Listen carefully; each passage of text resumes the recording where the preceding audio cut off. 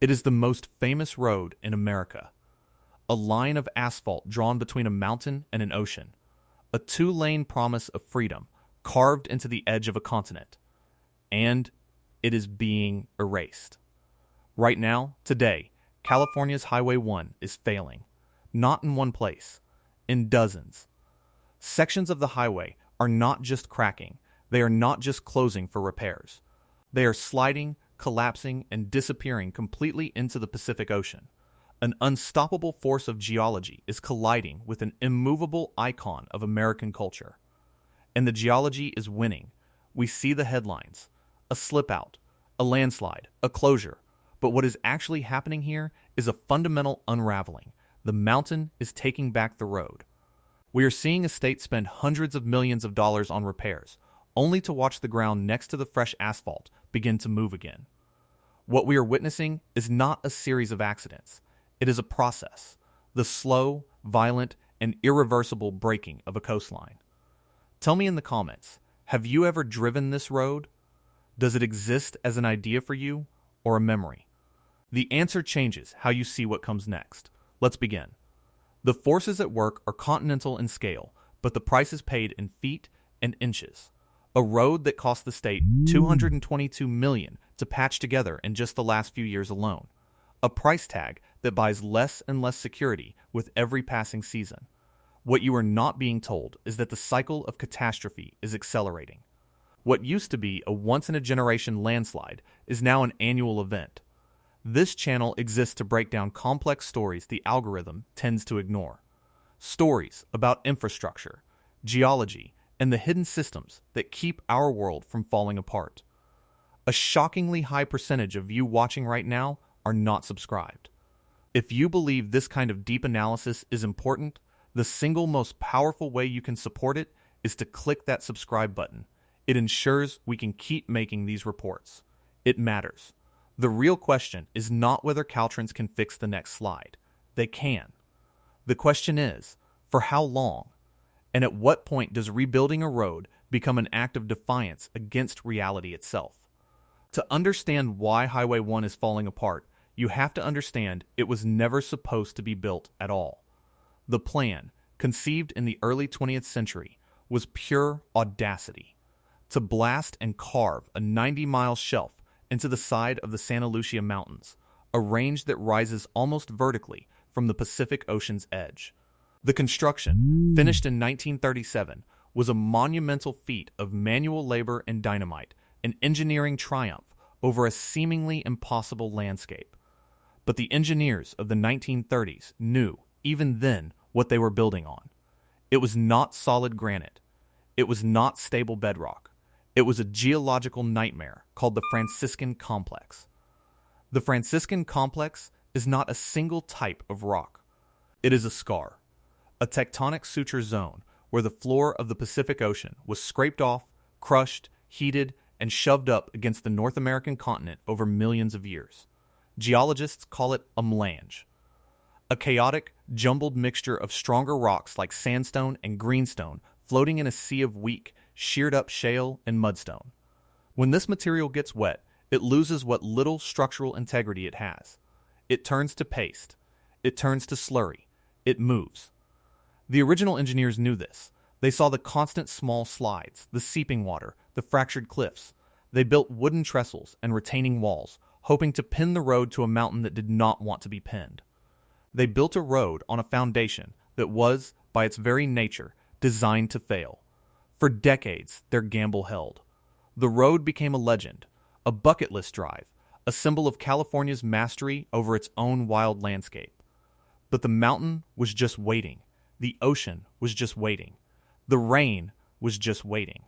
Waiting for the right combination of events to expose the road's original sin. The fact that it was built on a foundation that had been broken for 100 million years before the first shovel ever hit the dirt. That time is now. The unraveling began subtly. For decades, Caltrans, the California Department of Transportation, fought a low-grade war against the mountains. A rock slide here, a bit of subsidence there. Crews would clear the debris, patch the asphalt, and the traffic would flow again. It was a maintenance headache, an expensive but manageable reality of stewarding one of the world's most scenic and most precarious highways. Then the rhythm changed, the scale changed. The war went from low grade to total. February 2017. It was not a sudden explosive landslide that struck first. It was something more insidious, something slower. The mountain itself was moving. At the Pfeiffer Canyon Bridge, a critical artery just south of the main Big Sur village, the earth began to creep. A support pillar for the bridge, anchored deep in the canyon slope, started to shift. Engineers watched their sensors as the ground moved 8 inches in a single night. The bridge was not hit by a slide. The bridge was being carried away by one. It was condemned. The northern half of Big Sur was instantly cut off. For the first time in modern memory, the road was severed. The cost to replace it was immense. The isolation was punishing for local residents and businesses. It was a warning shot. 3 months later, on May 20th, 2017, the real catastrophe hit.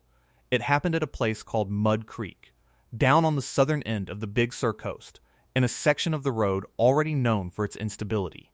NASA's own radar had shown the slope here was moving, slowly and harmlessly, for almost a century. A stable landslide, a geological contradiction. But years of extreme drought had dried out the soil, cracking it deep inside.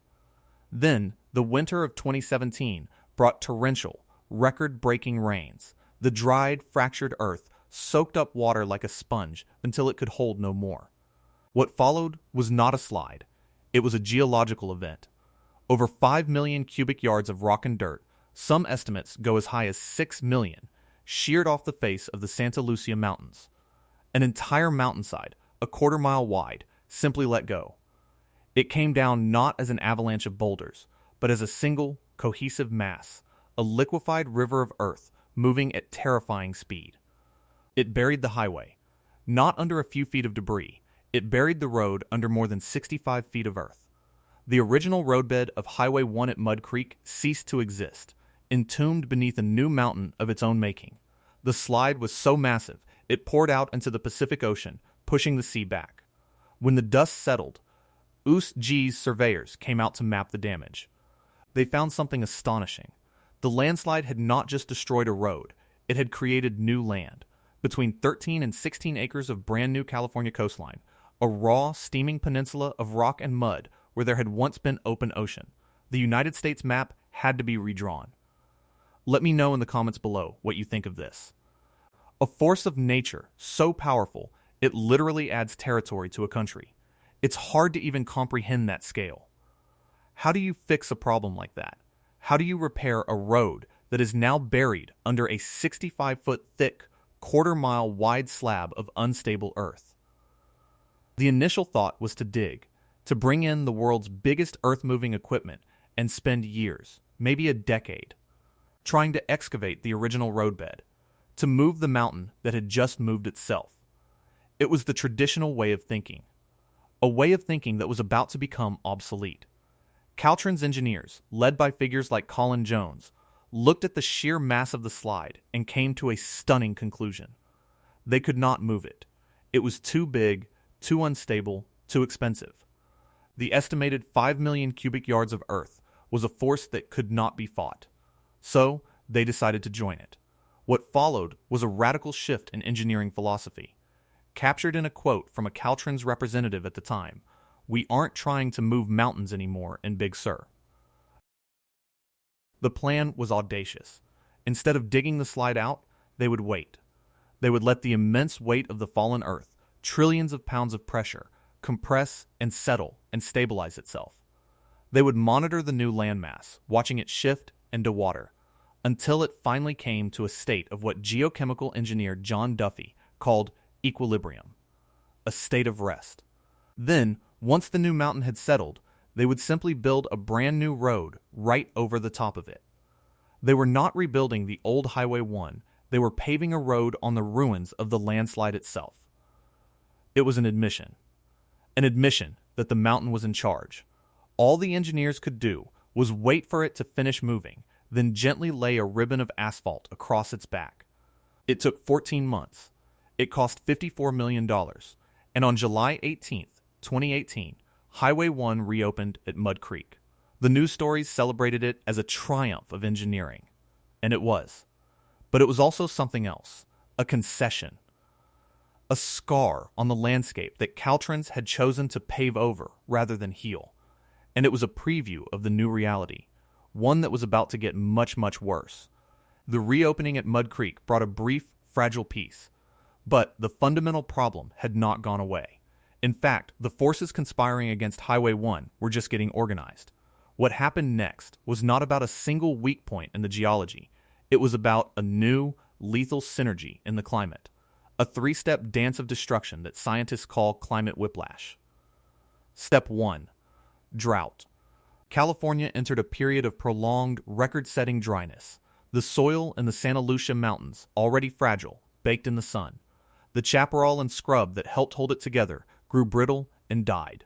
The mountains became a tinderbox. Step 2. Fire.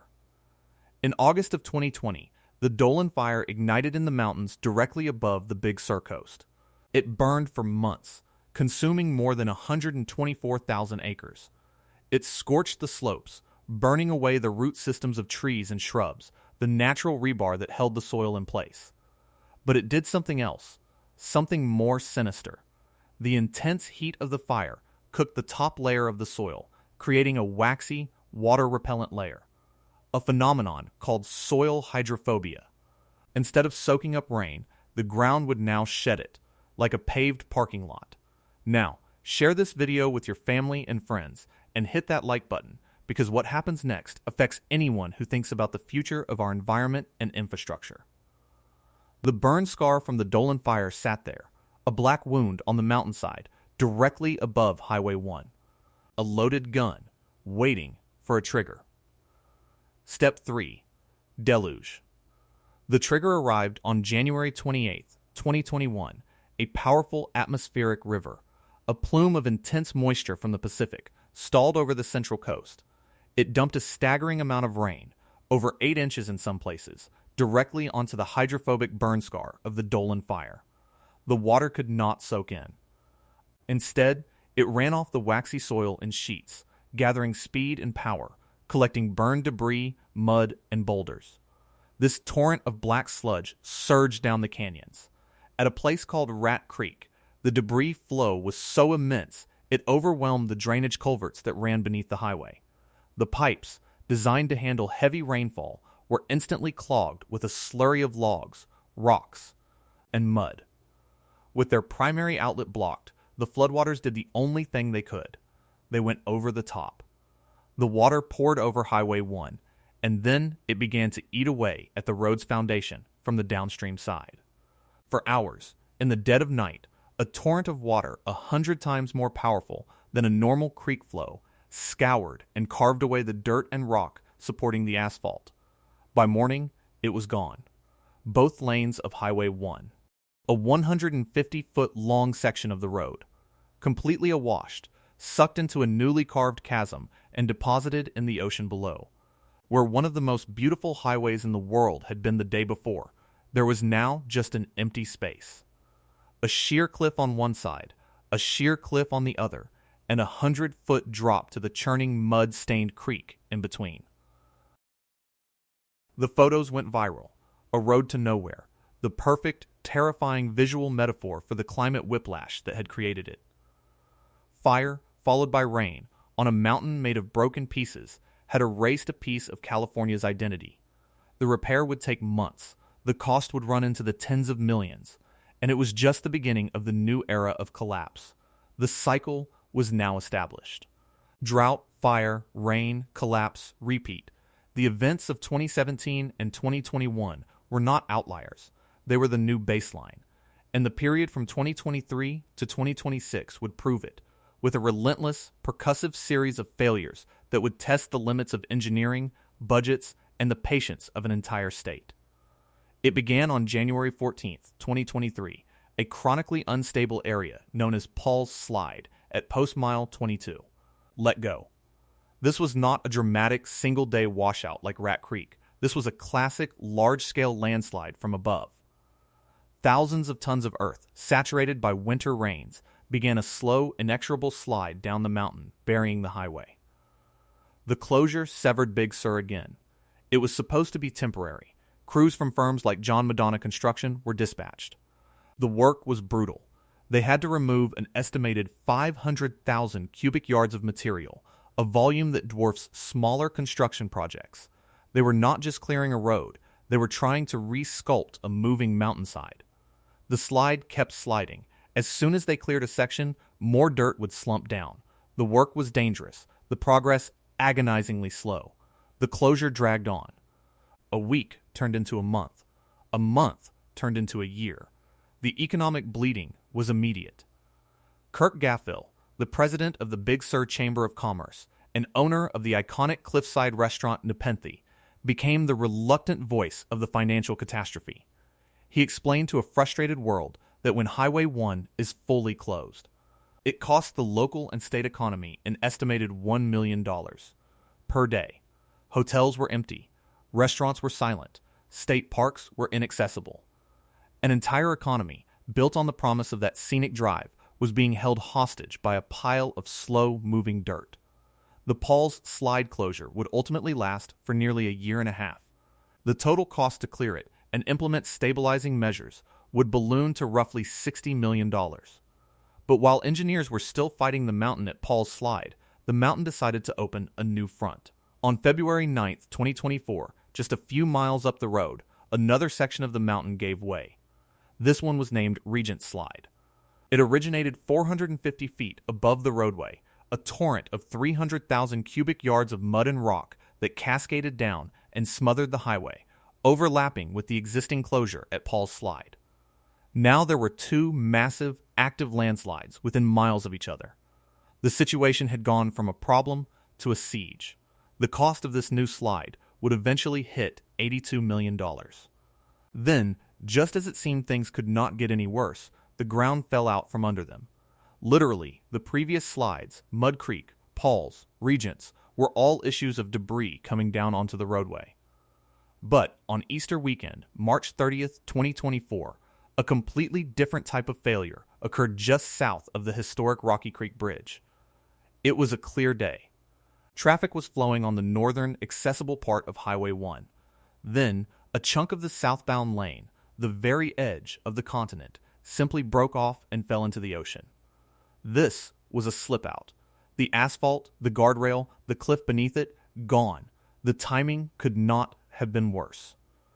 It was a holiday weekend, an estimated 1,600 to 2,000 people. A mix of tourists who had driven down from the north and residents who lived in the sliver of accessible community were now trapped. The southern route was blocked by Regents and Paul's Slide. Now, the northern escape route was gone. Big Sur had become an island, completely cut off from the world. The panic was real. People were stranded in hotels, their cars useless. Residents wondered how they would get food, medicine, or help if there was an emergency. The situation was untenable. Caltrans, under the leadership of spokespeople like Kevin Drabinski, had to improvise a solution. They couldn't rebuild the road overnight. But maybe, just maybe, the northbound lane, the one still clinging to the cliff, was stable enough to use. After days of geological assessment, they devised a plan that sounded like something from a military operation. The convoys. Twice a day, at a precise time, they would lead a heavily monitored, single-file convoy of vehicles across the one remaining lane at Rocky Creek. It was a lifeline. Essential workers could get in. Stranded tourists could get out. Residents could make a desperate run for groceries. Each crossing was a heart-stopping affair. A crawl across a fragile ribbon of asphalt with a sheer drop to the Pacific just inches away. For weeks, this was life in Big Sur. Survival by convoy. The permanent repair for this single slip-out is estimated to cost $26.7 million. Add it to the total. $54 million for Mud Creek, $60 million for Paul's Slide, $82 million for Regent's Slide, over $222 million spent in just a handful of years on 4 specific locations. And there are dozens more locations just like them, waiting for their turn. This relentless cycle of collapse and repair has forced a profound existential question into the open. The question that hangs over every press conference by Governor Gavin Newsom announcing emergency funding. Over every strategy meeting with California Transportation Secretary Tox Omashakin. Is this sustainable? At what point does the cost in dollars, in risk, in sheer Sisyphean effort become too high? At what point do you stop rebuilding a road and start managing a retreat? The engineers at Caltrans are not fools. They are some of the world's leading experts in landslide mitigation and coastal engineering. They operate on the front lines of a geological war, and their tactics have grown increasingly sophisticated and, in some ways, more humble. The shift in philosophy that began at Mud Creek in 2017 has become the new doctrine. When a mountain gives you 5 million cubic yards of earth, you don't fight it. You use it. The strategy of building a new alignment over the top of massive slides is now standard practice. It is faster, cheaper, and safer than trying to excavate back to an original roadbed that the mountain has already claimed. It is a form of engineering jiu-jitsu, using the mountain's own weight and momentum against itself. Once the slide debris has settled and self-consolidated, it often forms a more stable, wider base than the original, precarious cliff shelf ever was. The new road, built on top of the ruins, is in theory more resilient. But this only works for the massive slides from above. What about the slip-outs, like at Rocky Creek, where the road just crumbles into the sea? There, the solutions are more traditional and more brutal. They involve drilling massive concrete and steel piles, sometimes hundreds of feet deep, into what little solid bedrock can be found. They build enormous retaining walls, buttresses, and support structures, essentially stapling the edge of the road back onto the continent. These are not permanent solutions. They are temporary stays against an inevitable process. The USCI's research geologist, Jonathan Warwick, who has studied the Big Sur coast for years, admits the unpredictability. After the Rocky Creek failure, he said, "Could I have told you it was going to be Rocky Creek next? No, we're seeing a lot of activity. There's just a lot of movement out there. They are fighting a battle on two fronts. From above, the mountains are trying to push the road into the sea.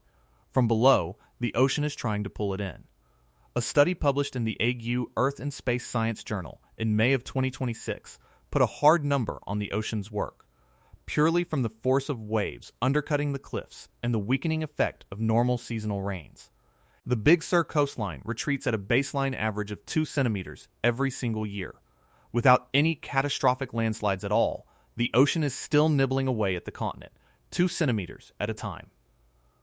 In years with major slides, that retreat can be as high as 20 centimeters. It is a clock that never stops ticking. The engineers are in a race, spending hundreds of millions of dollars to build structures that can withstand the mountain's push, knowing all the while that the ocean is patiently, relentlessly, removing the very ground those structures are built upon. It leads to a strange paradox. The engineers are getting better and better at fixing a problem that is getting worse and worse. Each repair is an engineering marvel, but the frequency and severity of the failures are accelerating beyond what any engineer can control. The climate whiplash engine, drought, fire, deluge, is overwhelming the system's ability to cope. John Duffy, a geochemical engineer who worked on the Mud Creek repair, put it in stark perspective. The Earth is still adjusting and trying to find a state of equilibrium. If you lived 1,000 years, you'd probably never see anything like this. The problem is, the road has to be functional in a human lifetime, not a geological one. The war against the mountain is a story of temporary victories and looming dread. Take the winter of 2025-2026. After years of piecemeal closures and a road effectively broken in two, Caltrans crews, working under emergency declarations from Governor Newsom, launched an all-out assault to reopen the highway. The final piece of the puzzle was clearing the massive Regent Slide. They threw everything they had at it, and on January 14th, 2026, they declared victory. Exactly 3 years to the day after Paul's Slide first closed the road, Governor Newsom announced that Highway 1 was fully reopened. For the first time in years, a driver could travel the entire 90-mile stretch from Carmel to Cambria without interruption. The $82 million repair of Regent Slide was complete, 90 days ahead of schedule. It was a moment of profound relief, a symbol of resilience. The road, it seemed, had won. The victory lasted 1 month. In mid-February 2026, a series of heavy winter storms rolled in. It was not even a major atmospheric river event, just a strong winter storm. But it was enough. The freshly repaired and stabilized slope at Regent Slide, the one that had just cost $82 million, began to move again. Mud and debris flowed back over the brand new barriers and onto the highway. Crews had to be dispatched to remove another 6,000 cubic yards of sludge. The road was closed again, temporarily. It reopened a few days later, on February 20th. The barriers had held, the road was safe. The system had worked. But the incident was utterly terrifying in its implication. Even the state-of-the-art, $82 million fix was not impervious. All it took was one strong storm to threaten it again. The victory was not final. It was conditional. It was dependent on the weather. And the weather is becoming more and more hostile. The story of Highway 1 today, in the summer of 2026, is a story of this strange, tense equilibrium. The road is open, but it is a wounded, fragile thing. On June 23rd, 2026, Caltrans announced the activation of a 24/7 temporary traffic signal near the Pfeiffer Canyon Bridge, the same bridge that was destroyed back in 2017. Why? Because they are undertaking another massive project called the Coastlands 2 retaining wall. A long-term stabilization project, restricting traffic to one lane, that is not expected to be complete until March of 2027. Think about that. The road is open, but it is already under major construction to prevent the next failure at the site of a previous failure. This is the new normal. A perpetual state of repair. A highway that is simultaneously a construction zone. The work never stops because the geology never stops. The road is a patient, and the surgeons are never off duty. It appears I have to say this one more time. The number of people who find value in this work but haven't subscribed is frankly astounding. It's the single most important metric for us. So if you feel you've learned something, if this story has made you think, please take the 2 seconds to hit the button. I promise it's the last time I'll bring it up in this video. So, we are left with the road as it is today. A miracle of engineering held together by constant vigilance and a seemingly infinite torrent of public money. A scar that has been paved over, again and again. The question is no longer can we fix it. The question has become, should we? There is a powerful argument to be made that it is time for a managed retreat. To accept that a road carved into the Franciscan complex in an era of accelerating climate whiplash is no longer a tenable piece of public infrastructure. To let the road fail in certain sections and reroute traffic inland. To give the mountain back to the sea.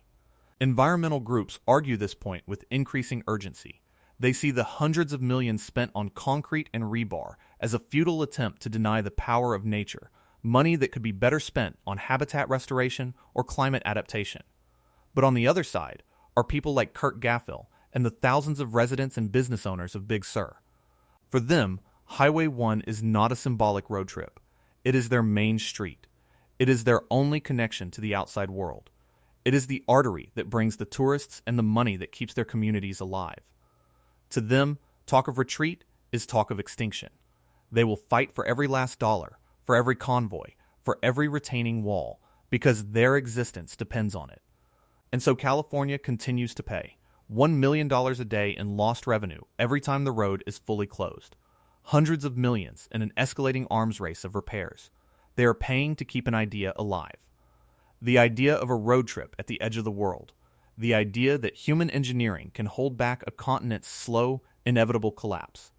Highway 1 is not a cautionary tale. Not yet. It is a live performance of a confrontation that is happening all over the world. A story of how we deal with infrastructure built for a climate that no longer exists. The engineers will keep drilling. The construction crews will keep paving. The governor will keep declaring emergencies, and they will keep the road open. For now. But the science is clear. The cliffs are retreating by 2 centimeters a year on their own. The cycle of drought, fire, and rain is intensifying. The Franciscan complex is still a jumble of broken rock, waiting to be lubricated by the next atmospheric river. The road is